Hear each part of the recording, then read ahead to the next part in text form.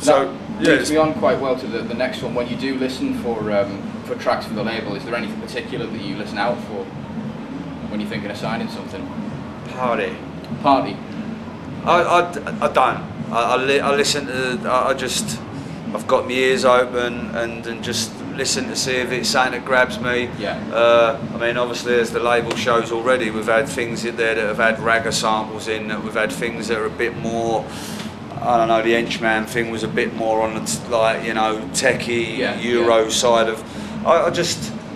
No, there is no policy with me really. If it's a good record and it works, that's what I'm about. Brilliant. I'm not in it for the fashion.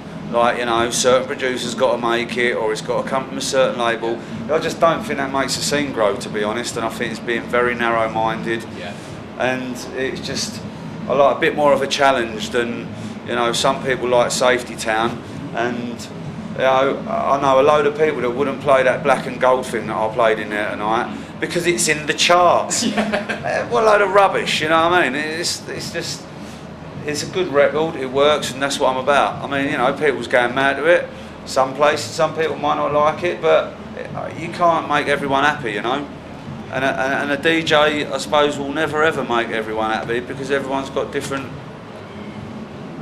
styles of taste, The next one, actually, you've been doing this for a long time now, so for any budding bedroom DJs, producers who are just starting out, have you got any tips that they should listen to?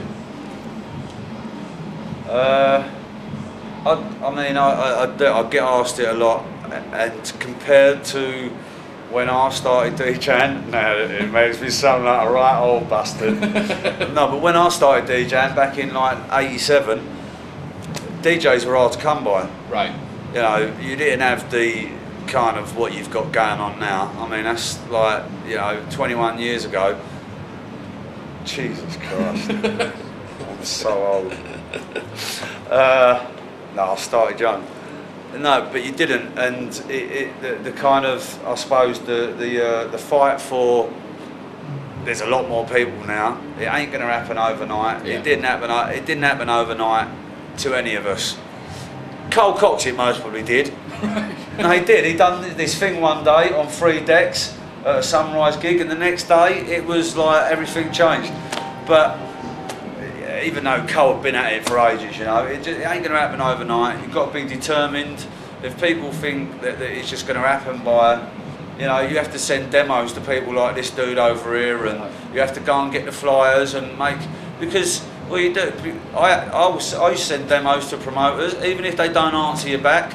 You've got to lead that name in their head that if something does happen anywhere and someone says, "Wow, you should have heard this dude," he remembers that name. Yeah. I don't know. It's quite hard to give tips on. I mean, there's a lot of determination involved. If people think that it's like, wow, at the end of this year, it ain't about that. No. And I think certain people that I've met, they want to get into it for the wrong reasons. Sure. I want to be famous, and dude. If that's why you want to play records, you're doing the wrong job. Yeah. We all started doing this because we loved playing records. Me and Groove had gone do 5 hours and get 25 quid each back in the day, and be happy with it, and then we'd leave and go and buy records with it. I think that's the difference between a lot of people. It seems to be money based now. Yeah, sure. If you love it, you end up doing it. I do a job that I love, and I don't really work. Yeah. Because you love it. It doesn't seem like work if you love it. If you're just going to be in it to be famous and make loads of money, you're not in it for the right reason, I don't think. And you will end up hating it because it ain't really what you want to do. You just want the fame, and I couldn't give a. I'm not in it for the fame. Brilliant. Speaking of money, the music industry's been really badly hurt by the whole file sharing, illegal download thing. Yeah, hang them all. At the same time, hang them all, burn them, hang them off the bridge. Set them all. Everyone who downloads records for free. Yeah, that's kind of answered that one. I was going to say at the same time, the internet's given a lot more people access to music generally. It does, but it doesn't matter what you say. If someone does a job, they need to be paid for it. Right. I'm down with the internet. Don't get me wrong. I'm down with people that don't want to go onto things like iTunes and give over 85p and support, because you know, if you follow it down the road, it ends up with no music industry. Right. Radio stations end up going, because all right, they're on MP3s now, but if it gets to the point where an artist ain't going in the studio, you ain't got an MP3 of that artist. So I think they have to look at the long chain. It will be stopped, I think. Yeah. It's got to start getting policed, you know, because it's killing the industry, and they need to look at the industry as a whole. Yeah. You're not talking about record companies, you're talking about radio stations, nightclubs. There's a long chain of events in the music industry. The record industry is just one of them.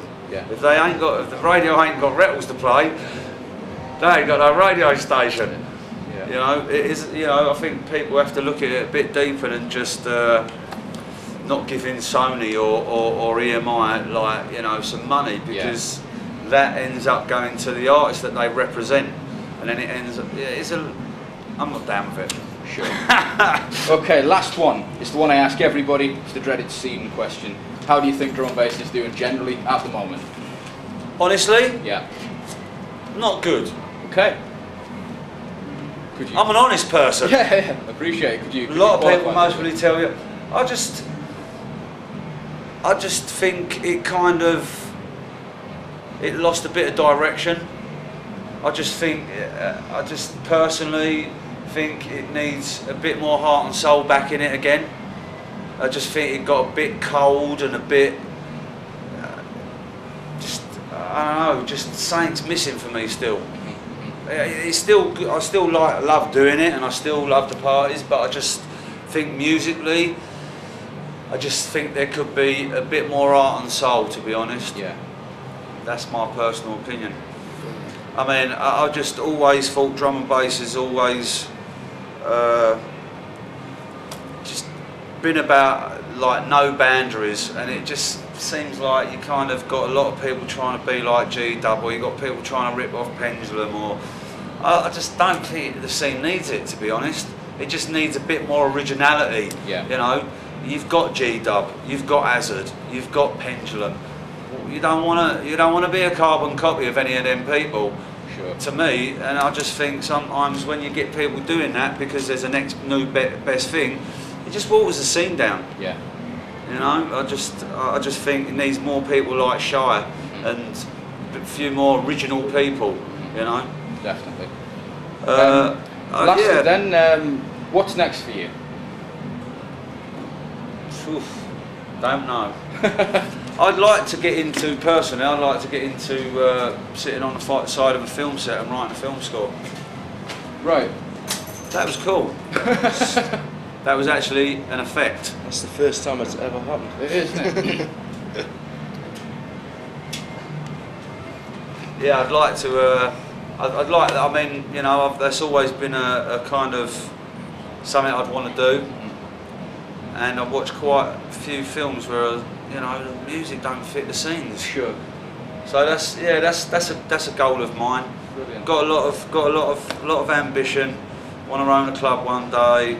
You know, got you know, still doing the labels. Just opened up another label. We're opening an American side of Urban Agency out in California. Right. So yeah, we're busy. Excellent. We're busy. We are proactive in the scene.